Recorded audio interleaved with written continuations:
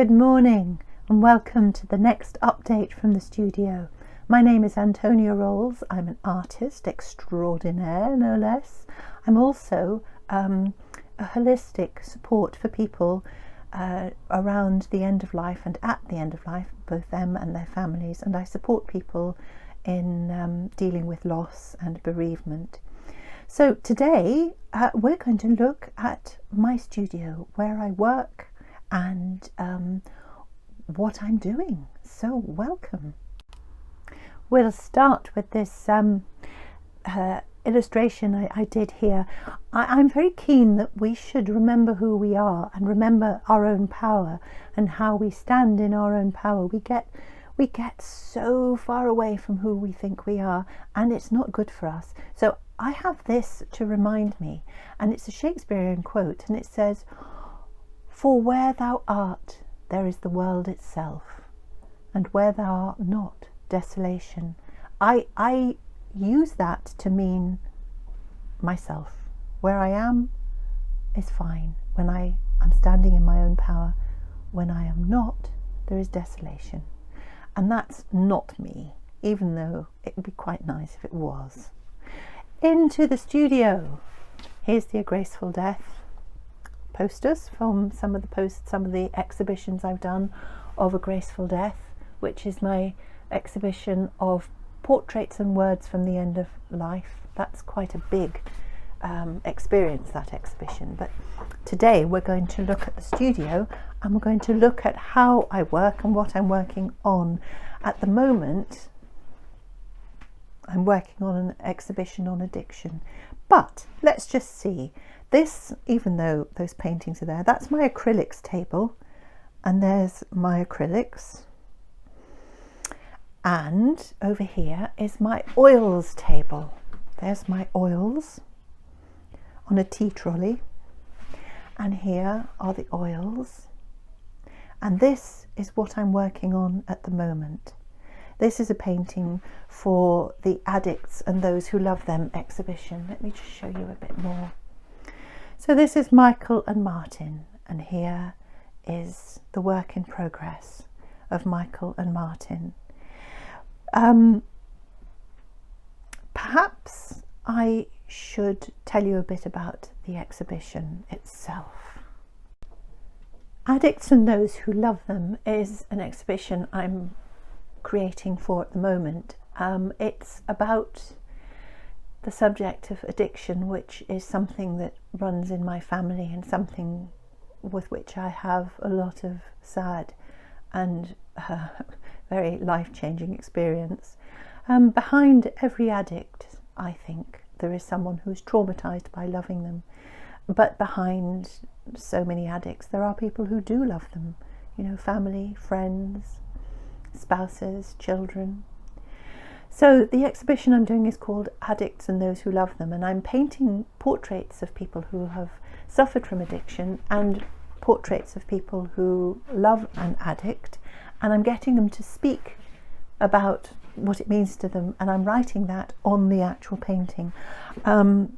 Let me show you some work I've done on this already.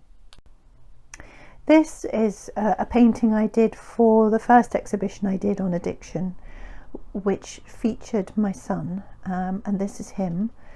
I followed him down a road in London where he was suffering from his, I don't know, substances, and he seemed so vulnerable to me, and I thought that the detail of his shoes not fitting him properly and his one sock being on and one sock being off, he was oblivious to all that, but it was a very powerful image. And I've put wings on him because, you know, it's so easy to love the lovable but really hard to love the unlovable.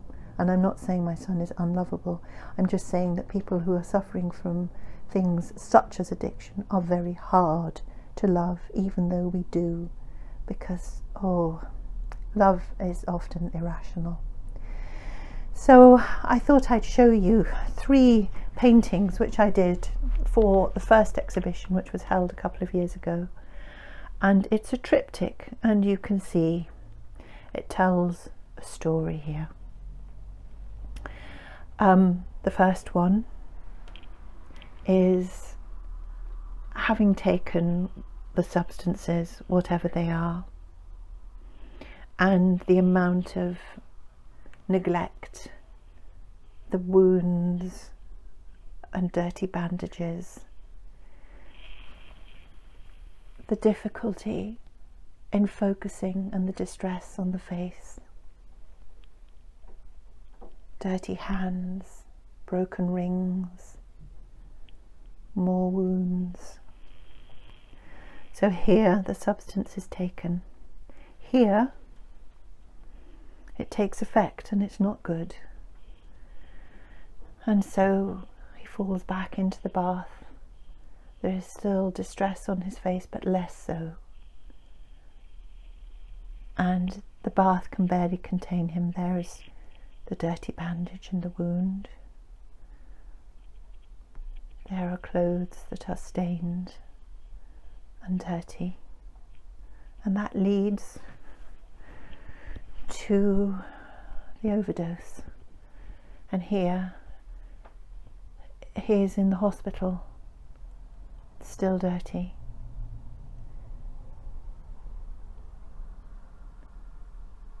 With all manner of tubes and things on him. As he comes out of the overdose, there's very little anyone can do for an addict unless they want to do it themselves. You can't make an addict do it to recover long term. And there we start the ball rolling again. Go back out on the streets and look for whatever it is we need as an addict. So those are some examples of the first exhibition I did, called The Brighter the Light, about the story of my own son's problems with addiction. Now I'll show you some paintings for the addicts and those who love them. This is Ian here. Ian is someone I met through actually at this exhibition here, The Brighter the Light. And Ian is someone who I admire very much and who has had a hard journey himself. He has recovered from his alcoholism. He was an alcoholic for 30 years or so, and he's come through. What he says about his experience is on here. Alcoholic parents, 50%, genetics, 50% environment. Grew up with both. How about this one? Here. Boxing saved me for a while. Anger management. Had a temper. Went inside myself, then outside. Borstal. Bullying. And then, giving is the most important part of recovery. Turning it around. Learning to give. What I like about what Ian says is here. Only now I feel life is thriving. Ian runs relapse prevention programs, and I help him in my own capacity as a listener. Here is Marie. I have shown you this one in another video. Marie here at the height of her drug taking.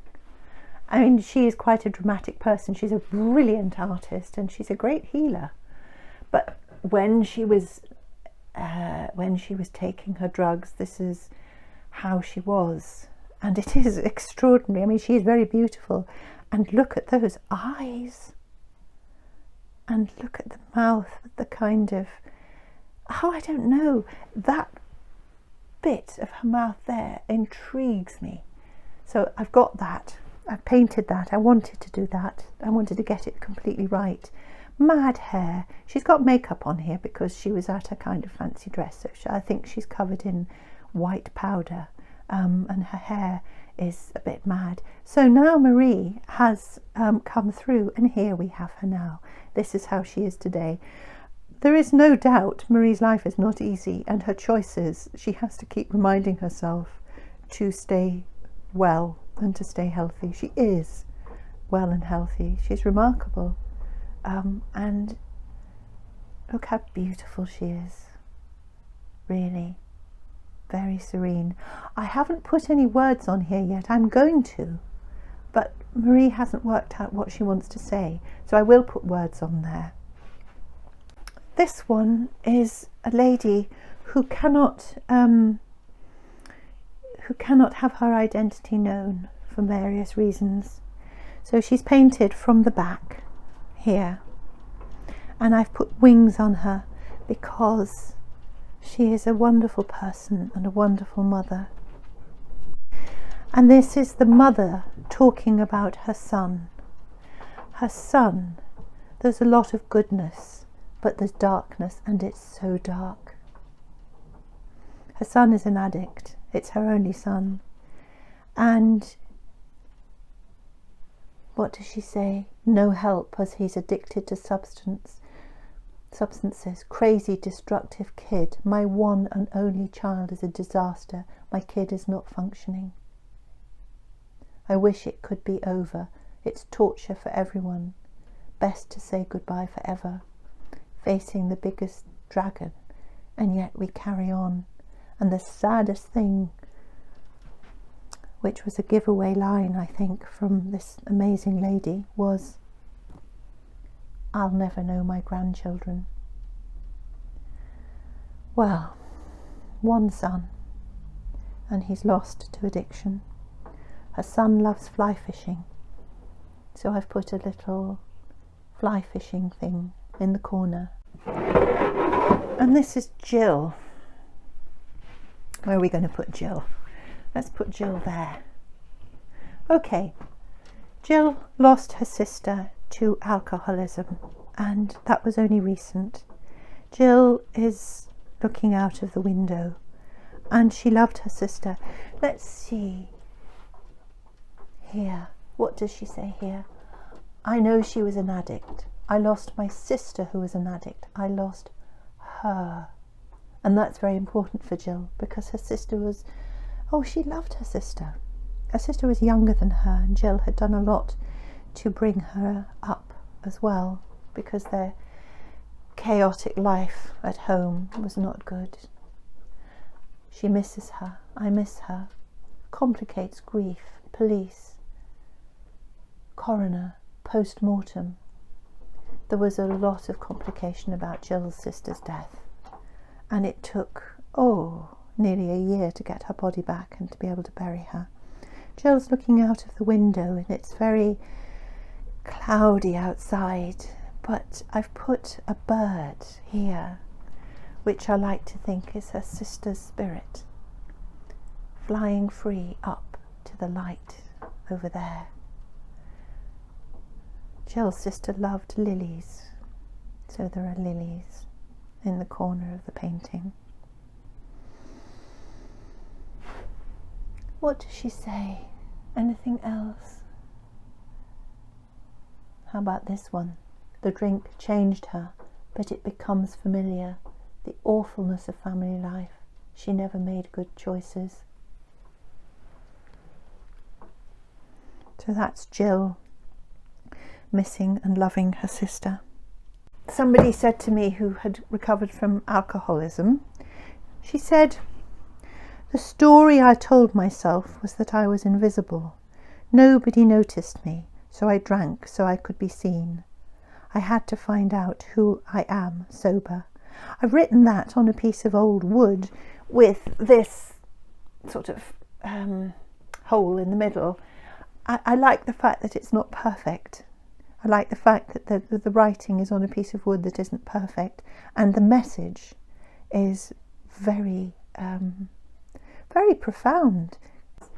It is organised chaos, but I love it because everywhere I look, there's something for me to connect to. You know, bits of writing, bits of images, wood that hasn't been prepared yet so that I can paint on it. For example, the jar that I use for water and for white spirit. These have got lace around them because I took these jars from my daughter's wedding when she'd finished with them after she was married, and I just think, oh look, I remember those jars with where they came from. That reminds me of my daughter's wedding. Here is a lovely photograph of my father, recently died, and here is something I like. I like this. Hecate, the magnificent goddess of the crossroads. She holds the visions of past, present and future, and can see the soul's immortal blueprint. Her lessons are tough and challenging. She's a strong teacher of the wisdom of the soul. So secretly, underneath it all, I think that's me. But don't tell anyone, because it really is a bit sort of blowy of own trumpety. I met Michael at A Graceful Death exhibition, and he came in and was really moved. The Graceful Death exhibition has like 55 paintings. It's all portraits and interviews of people who are facing death, the end of life, what they say about it. It's very moving, it's very inspiring, and it's very uplifting, but it is also quite something to go around. It's a big experience, all these paintings and interviews and stories. So Michael became very upset and started to cry and left the exhibition. So I went out after him to see, is he okay? And we started talking. He was just so upset because his beloved Martin, his partner, would inevitably one day die, and he didn't want to lose him. Also turns out that Michael had been an alcoholic and a drug addict for many years, 20, 30 years. And through all that, Martin had stuck with him. Michael had got through it and was maybe 4 years sober at that point, and was still coming to terms with life without alcohol and drugs, and was very vulnerable. I loved Michael. I just took to him. He was so interesting. He was so emotional and so intelligent. So we became friends, and I met Martin, and I can see why he loves Martin. Martin is fabulous. And when I was talking to Michael about the exhibition, Michael said, well, that's my story too. So I said, please, can I paint you? So I went round to see Michael and Martin. They had agreed, and I normally take photographs for the paintings I use, and I say, well, just sit as you normally would do. I'll take lots of photographs, I'll use one, and we'll work from there, and I'll do a portrait of you from that. But Michael had planned with Martin that they would get into their big red bed and cuddle each other. So I got there with my little iPhone, and I ended up with the two of them in their underwear, in their lovely big red bed, and I'm standing on top of the bed looking down on them, clipping photographs as they're hugging this way, hugging that way, cuddling, looking at each other, looking away. And I thought, this is the pinnacle of my career right now, that I am allowed to be in this position, shooting photographs of my lovely friends as they cuddle in their red bed in order to do a painting about addiction. So anyway, I chose the painting, the photograph to use, all of them much the same, and this is the one I chose, and this is what I'm doing now.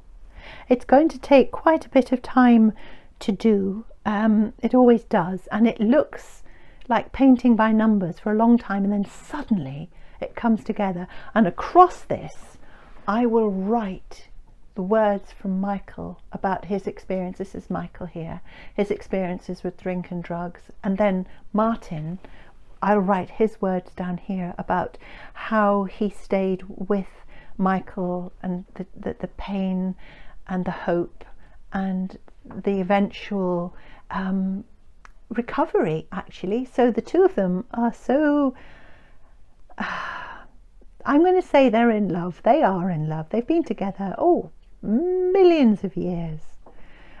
But now with Michael sober, 10 years sober now perhaps, you know, they are living, they're living the good life. Thank you for having a little look around the studio with me. Before I leave you, I'm going to show you 2 tubes of paint because I love these colours. This one is a crimson. I don't know how you pronounce it.